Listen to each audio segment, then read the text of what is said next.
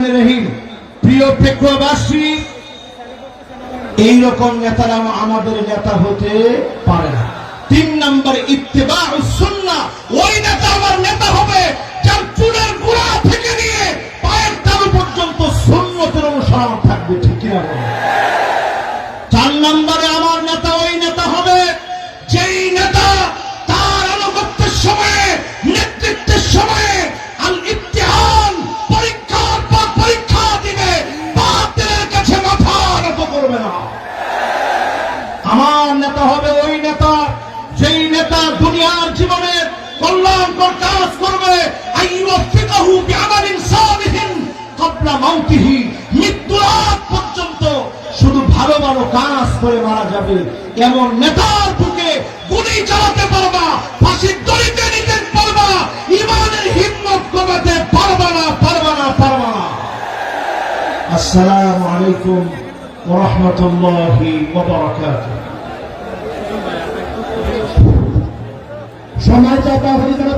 হুজুর মনে হয় হুজুরের নিজের কথা বলতেছে, আমি আমার নিজের কথা বলছি না। আল্লাহ নবী বলে গেছেন এই পৃথিবীর ভিতরে আমার শাসন আসবে, কোরআনের শাসন কোন জালেম টাকা পর্যন্ত বাধা দিতে পারবে না, পারবে না, পারবে না। আজকের এই মাহফিল থেকে 5টা শাসন আপনাদেরকে মুখস্থ করায় দিতে চাই। 1 নম্বর শাসনের নাম কি? সবাই বলেন নবুয়ত। 1 নম্বরটা কি? পুরা মাহফিল স্প্যান্ডেল থেকে আওয়াজ আসবে। 1 নম্বরটা কি? 2 নম্বরটার নাম খিলাফত। 2 নম্বরটার নাম কি? খিলাফত ছিল 32 বছর 6 মাস। কতদিন? এরপরে 3 নম্বর শাসনের নাম রাজতন্ত্র, পরিবারতন্ত্র। যেই পরিবারতন্ত্র দিয়ে 16 বছর জুলুম হয়েছে, ওই জালেমরা শেষ হয়ে যাবে, নিঃশেষ হয়ে যাবে, তাদের নাম নিশানা থাকবে না, থাকবে না, থাকবে না। এরপরে পরিবারতন্ত্রের পরে ডাইরেক্ট স্বৈরতন্ত্র। আমরা দেখেছি স্বৈরাচার কাকে বলে। আজকের এই মাহফিলে আলোচনা করেছেন জসিমউদ্দিন রহমানী হাফিজাহুল্লাহ। 11 বছর 16 মাস পর্যন্ত নির্দোষ এই মানুষকে বিনা দোষের অপরাধে তাকে জেল খাটিয়েছে, ঠিক কিনা বলো? আমাদের গাজী ইব্রাহিম হাফিজাহুল্লাহর মতো আলেমকে বিনা দোষে জেল খাটতে হয়েছে, মিজানুর রহমান আজহারীকে দেশ ছাড়তে হয়েছে। এই সবগুলো আল্লাহ তাআলা পাই টু পাই বোঝা দিচ্ছেন। আগামীর বাংলাদেশ হবে কোরআনের বাংলাদেশ। যদি আপনি পিছিয়ে পড়েন, গলা ধাক্কা দিয়ে আল্লাহ তাআলা আপনাকে বের করে দিবে, ঠিক কিনা বলেন?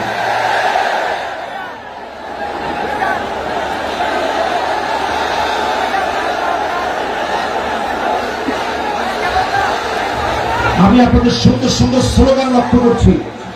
স্লোগানের ভিতরে যদি আপনারা বলতে পারেন আল কোরআনের আলো, 36,000 মুসলমান, বিপরীতে তারা ছিল 4,40,000। খালিদ বিন ওয়ালিদ শুধু চিঠি লিখেছে, আসলিম তাসলাম, ইসলাম গ্রহণ করো, শান্তি পাবে। রোমক সম্রাটের পায়জামা গরম হয়ে গেছে। সে চিন্তা করছে 36,000 মুসলমান আসলে আমরা পারবো কেন? মুসলমানরা ছিলাম মাত্র 36,000, তারা ছিল 4,40,000। রোমক সম্রাট সাহায্য চেয়ে চীনের কাছে চিঠি লিখছে, এই মুহূর্তে চিঠি লিখলাম, আপনি আপনার বাহিনী পাঠান, মুসলমানদের সাথে লড়াই করা লাগবে। উত্তর দেওয়া হয়েছে, চীনের সম্রাট লিখছে, খবরদার তাদের সঙ্গে যুদ্ধে যেও না। ইন্না কওমান লাউ আরাদু আন ইয়াখলাল জাবাল লাখালাউহা। মুসলমানরা যদি পাহাড়কে বলে, পাহাড় তুমি তোমার জায়গা থেকে সরে যাও, পাহাড় তার জায়গা থেকে সরে যাও। এই জন্য আজকের এই মাহফিলে আমি দায়িত্বহীন কণ্ঠে পরিষ্কার বলতে চাই, আমাদের শক্তি ইমানের শক্তি, আমাদের শক্তি চেতনার শক্তি, আমাদের শক্তি কারণের শক্তি, আমাদের শক্তি ঐক্যের শক্তিতে পরিণত করে দাবানলের মতো জ্বলে উঠা রাখবে মুসলমান। রাজি আছেন?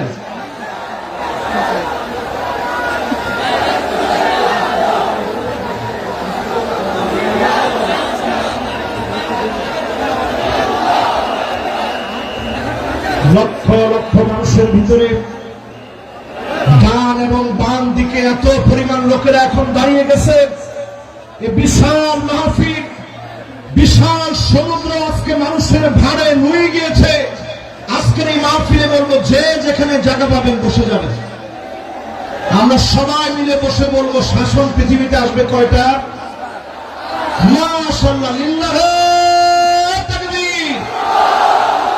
কয়টা শাসন? 1 নম্বর নবুয়ত, 2 নম্বর এরপরে রাজতন্ত্র, মাশাআল্লাহ, এরপরে স্বৈরা শাসন।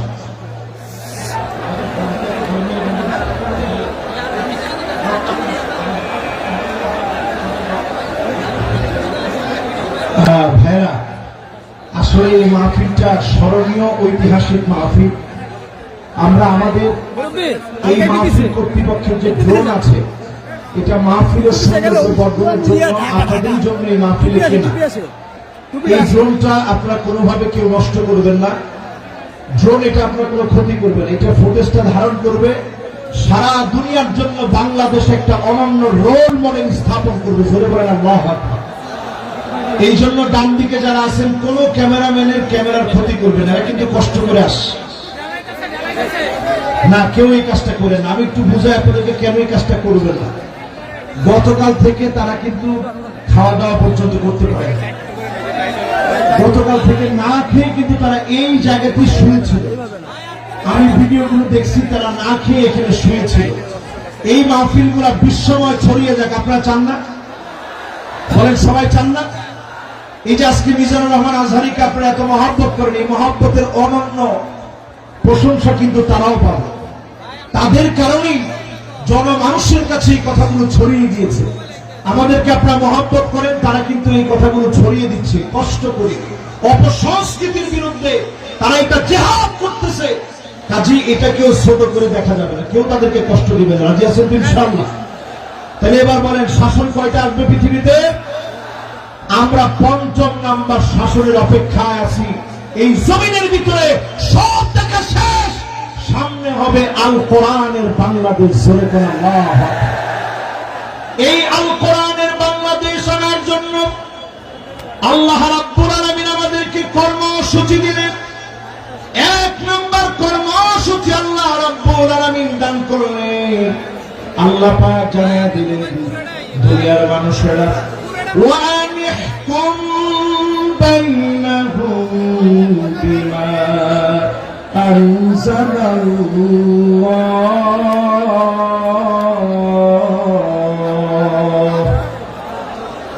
নবী বিচার করা লাগবে কোরআন দিয়ে। জোরে কোন কি দিয়ে? সবাই বলে জোর হলো না। আমাদের দেশে কি কোরআন দিয়ে বিচার হয়? বোনের হক দেওয়া কোন কিতাবের ভিতরে আছে? লিযাকার মিসলু হাজ্জিল উনসায়াইন। 2 জন মেয়ের সমান, 2 জন মেয়ের সমান একজন পুরুষ পাবে। কোরআনই বিধান দিয়েছে। দুঃখজনক সত্য হলো, আজ আমরা মুসলমান অধিকাংশ লোকেরাই কোরআনের বিচার মানি না। ঠিক কিনা বলে? 2 নম্বরে আল্লাহ রাব্বুল আলামিন কর্মসূচি দিলেন, ওয়ালা তাত্তাবি আহওয়াহুম। মন গড়া বিচার চলবে না।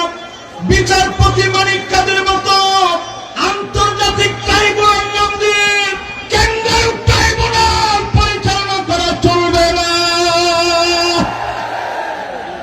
ঘোষণা কার? জোরে বলেন কার? 3 নম্বরে আল্লাহ রাব্বুল আলামিন বলেন, ওয়াহদারুহুম আন ইয়াফতিনুকা আন বা'দি মা আনজালাল্লাহু ইলাইক। নবী সতর্ক থাকা লাগবে, কোন কিছু যেন তারা ঢুকা দিতে না পারে। আজকের মাহফিলে বলবো, জালেমরা যেন আনসার নামাজিয়া, পল্লী বিদ্যুতের কর্মী নামাজিয়া, ইসকন নামাজিয়া দাঙ্গা যেন দেশের ভিতরে তৈরি করতে না পারে।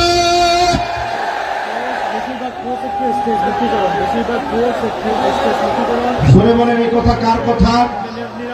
সবাই বলেন কার কথা? এরপরে আল্লাহ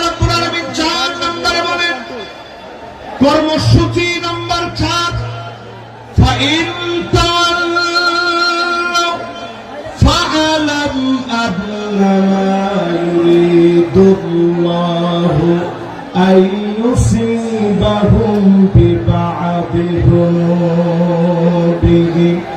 আল্লাহ রাব্বুল আলামিন বলেন, এরপরেও যদি তোমরা মাথা ঘুরায় নাও, মুখগুলাকে যদি তোমরা ফিরায় নাও, মাথা যদি উল্টা পাল্টা ঘুরাও, ফালাম তোমরা জেনে রাখো, অবশ্যই যিনি তোমাদের গুনাহের কারণে কিছু কিছু শাস্তি দিবেন তিনি কে।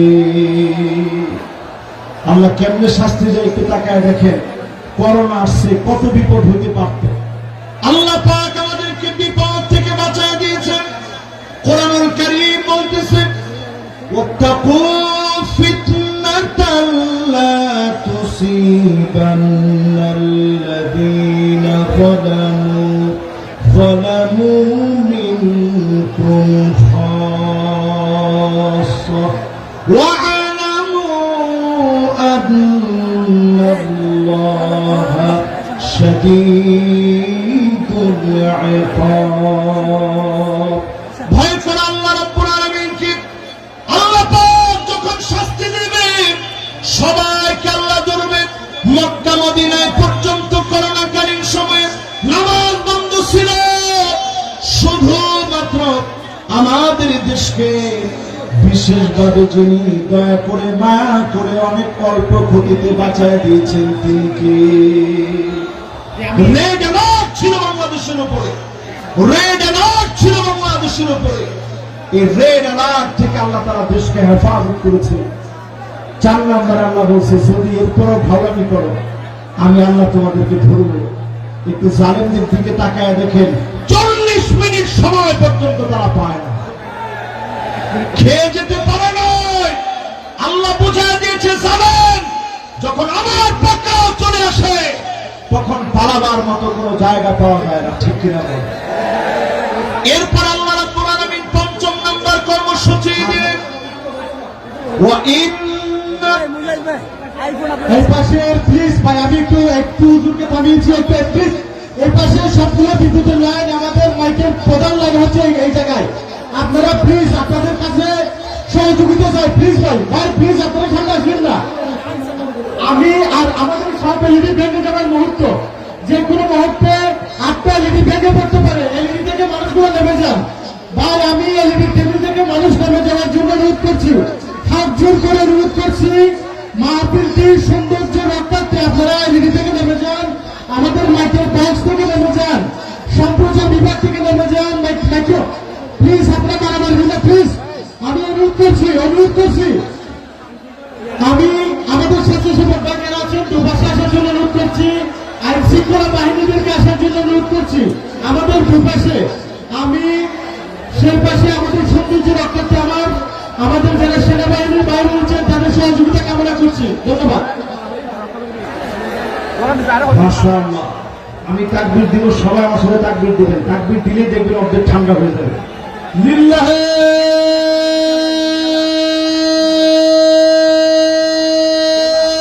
তাকবীর, লিল্লাহে তাকবীর। আল কোরআনের আলো ঘরে ঘরে জালো, সংসদের জালো, নারায়ে তাকবীর। এবার সবাই একটু শান্ত হয়ে শোনেন শেষ কথাগুলো। আল্লাহ পাক 5 নম্বরে বলতেছেন, وَإِنَّ كَثِيرًا مِنَ النَّاسِ لَفَاسِقُونَ।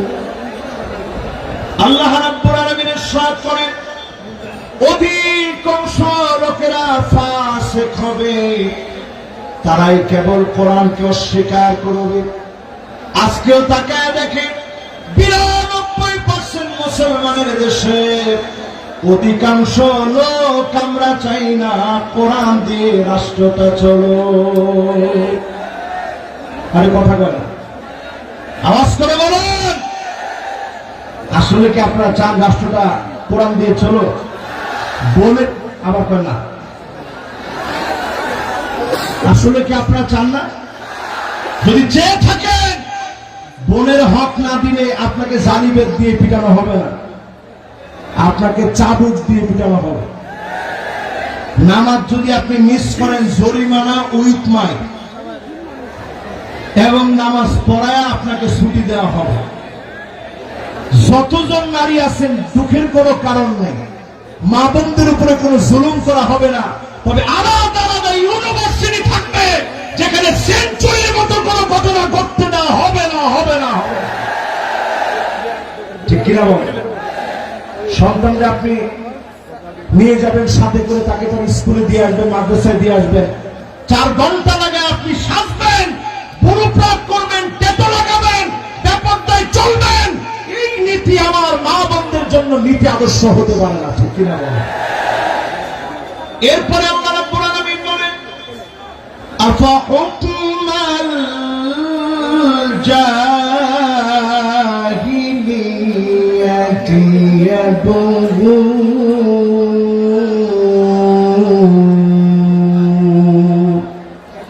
এটা 6 নম্বর। 6 নম্বর কর্মসূচি আল্লাহ রাব্বুল আলামিন বলতেছে, নবী এত কিছুর পরেও লোকেরা কি জাহিলিয়াতের দিকে চলে যাবে? এখনো যারা চায়ের দোকানে বলেন আগেই ভালো ছিল, জিনিসপত্রের যে দাম আগেই ভালো ছিল, রাস্তাঘাটে নিরাপত্তা নাই, আগেই ভালো ছিল, এখনকার সব কিছু কেমন তালমাতাল মনে হয়, আগেই ভালো ছিল। এই কথা যারা বলেন, তারা পরিষ্কার আইয়ামে জাহিলিয়াতের পথে তারা হাঁটতেছেন। ঠিক কিনা বলেন? জেল তুমি আপনি খাটেন নাই, জুলুম তো আপনি সহ্য করেন নাই। এদেশে 16টা বছর এমন জুলুম নির্যাতন চলেছে, ঘরে ঘরে, বাড়িতে বাড়িতে, এলাকায় এলাকায়, অলিতে গলিতে ঘুমাইতে পারে নাই, রাস্তাঘাটে ক্ষেতের ভিতরে মুসলমানের ছেলেরা ঘুমিয়েছে। ঠিক কিনা বলেন? আর এখন একটু তাদের দিকে তাকায় দেখেন, ফজরের আজানের আগে আজান যখন হবে, মুয়াজ্জিন কি একটু সব প্রস্তুতি নিচ্ছে, তখনই বের হয়ে চলে যায়। আপনারা জিজ্ঞাসা করলে, মুয়াজ্জিন জিজ্ঞাসা করে কই যান, 70-80 রাকাত পড়ার জন্য যেতেছে। এরকম লোক এখন আসে না? আমরা কিন্তু আপনাদের উপরে জুলুম করিনি। যেই জুলুম আপনারা করেছেন, এই জুলুম আমরা আপনাদের উপরে কিছুই করি নাই, সবটা আল্লাহ তাআলা পাই টু পাই আপনাদেরকে বুঝাইয়া দিবে। ঠিক কিনা বলেন? এরপর 8 নম্বর কর্মসূচি আল্লাহ দিলেন, লিকাওমি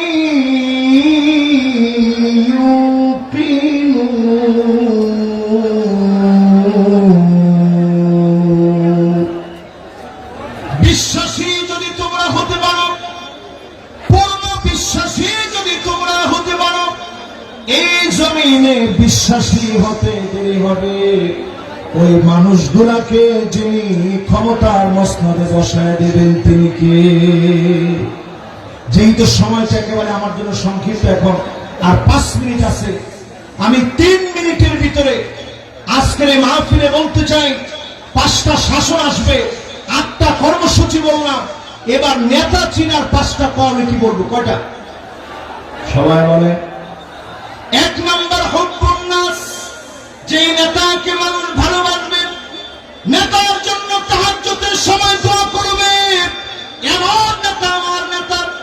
আর যেই নেতার সামনে আপা আপা বলবে, পিছনে গেলে বলবে আল্লাহ এত লোকের উপরে ঠাডা ফাড়ান, আপার উপরে কেন পড়ে না? আরো আসতে কর। এরকম আছে না? নাই? ডান দিক দিয়ে হাঁটলে মানুষ বাম দিক দিয়ে চলে যায়, আর বলতে থাকে এই জালেমের হাত থেকে বাঁচান। শুধু আপনাকে মানুষ বাহ্যিক সম্মান করে, অস্ত্রের কারণে, গুন্ডামির কারণে, বাহিনীর কারণে। আপনি তাকায় দেখেন, আজকে এই মাহফিল প্রমাণ করছে, এমন নেতাদেরকে আমরা নেতা বানাবো না যাদেরকে মানুষ অন্তর দিয়ে মহব্বত করে না। ঠিক কিনা বলেন?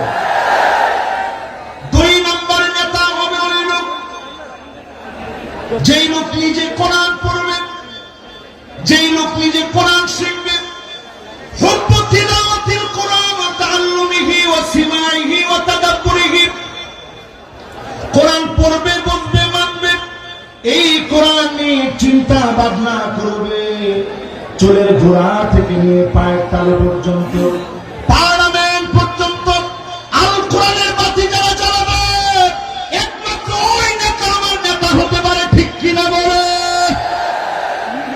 এখন নেতা কেমন?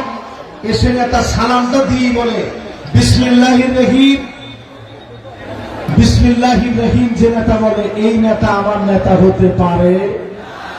এরপরে দেখবেন অধিকাংশ নেতারাই এখন উঠি বলে আউযু বিল্লাহি মিনাশ শাইতানির রাজিম, বিসমিল্লাহির রহমানির